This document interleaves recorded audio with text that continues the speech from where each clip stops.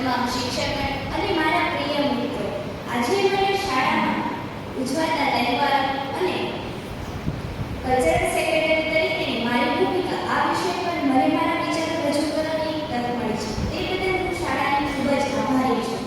આપણો ભારત દેશ વિવિધ સંસ્કૃતિઓ અને પરંપરાઓનો દેશ છે. આપણા દેશમાં તહેવારોની ઉજવણી ફક્ત એક દિવસની નથી હોતી, પરંતુ પ્રેમ, એકતા, માનવતા અને ભાઈચારાનો સુંદર એવો સંદેશો આપે છે. જેમ કે દિવાળી આપણને અંધકારમાંથી પ્રકાશ તરફ લઈ જવાની પ્રેરણા આપે છે અને હોળી ભેદભાવ ભૂલીને સૌને સાથે મળીને રહેવાનું કહે છે. અને રક્ષાબંધન એ સંબંધોની મજબૂતી દર્શાવે છે. તેવી જ રીતે ક્રિસમસ પ્રેમ, સેવા અને શાંતિનો સંદેશો આપે છે. શાળા એ માત્ર ભણવાનું જ સ્થાન નથી, પરંતુ જીવન જીવવાની કળા શીખવતું એક મંદિર છે. શાળામાં ઉજવાતા તમામ તહેવારો એ વિદ્યાર્થીઓને અલગ અલગ પરંપરાઓ અને સંસ્કૃતિઓને જાણવાની સારી તક આપે છે. હું એક સારી કલ્ચરલ સેક્રેટરી તરીકે દરેક વિદ્યાર્થીઓની સાથે સારી રીતે સંકલન રાખીશ અને નિષ્ઠાપૂર્વક કાર્ય કરીશ. અને હું ટીમવર્ક દ્વારા દરેક કાર્યક્રમ કરીશ. મારી માન્યતા એવી છે કે દરેક કાર્યક્રમની પાછળ કોઈ વ્યક્તિ જ નહીં, પરંતુ આખી ટીમનો સહકાર હોય છે. અંતમાં હું એટલું જ કહેવા માંગુ છું કે મને આ જવાબદારી આપશો તો આ કામને સફળતાપૂર્વક અને નિષ્ઠાથી મારું કાર્ય કરીશ.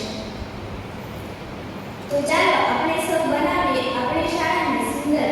આપણી શાળાને આપણે જ્ઞાનની સાથે સંસ્કાર, સર્જનાત્મકતા અને સંસ્કૃતિમાં ખૂબ આપણી શાળાને આગળ વધારીએ.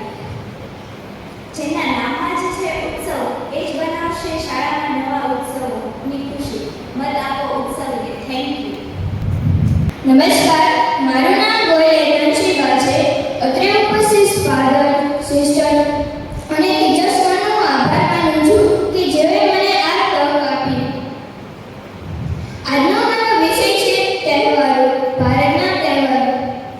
ભારત એક વૈવિધ્યસભર સાંસ્કૃતિક દેશ છે, જ્યાં દરેક તહેવાર આપણને એકતા, પ્રેમ અને ભાઈચારાનો સંદેશ આપે છે.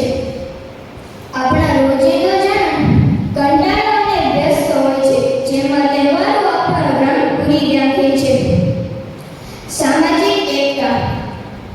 તહેવારોને હળીમળીને ઉજવવાથી પ્રેમ વધે છે અને તેમાં સંબંધો મજબૂત બને છે. જ્ઞાતિ, જાતિ, લિંગ આવા ભેદભાવો છોડીને આપણે તહેવારોને સાથે મળીને ઉજવવા જોઈએ.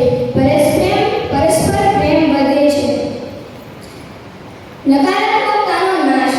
હોળી અને દિવાળી જેવા તહેવારો આપણને શીખવે છે કે અધર્મ પર ધર્મનો વિજય થાય છે અને અસત્ય પર સત્યનો વિજય થાય છે. તહેવારોને આપણે ગરીબો અને જરૂરતમંદોની સાથે ઉજવવા જોઈએ. હું જો કલ્ચરલ સેક્રેટરી તરીકે બનીશ તો હું શાળાના બધા જ નિયમોનું પાલન કરીશ અને શિસ્તમાં રહીશ. બધા જ લોકોની સાથે મિત્રની જેમ રહીશ.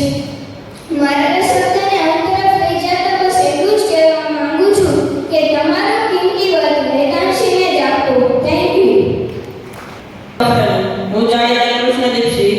હું ફાધર, સિસ્ટર અને શિક્ષકગણનો આભાર માનું છું જેમણે મને આ પદ માટે લાયક સમજી આર્ટ સેક્રેટરી તરીકે ઉમેદવાર બનાવ્યો. આજે મારો વિષય છે ભારત દેશના તહેવારો.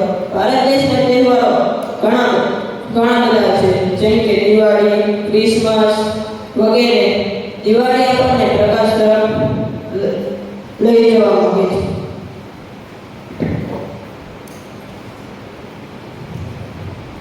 જો આર્ટ સેક્રેટરી તરીકેનું પદ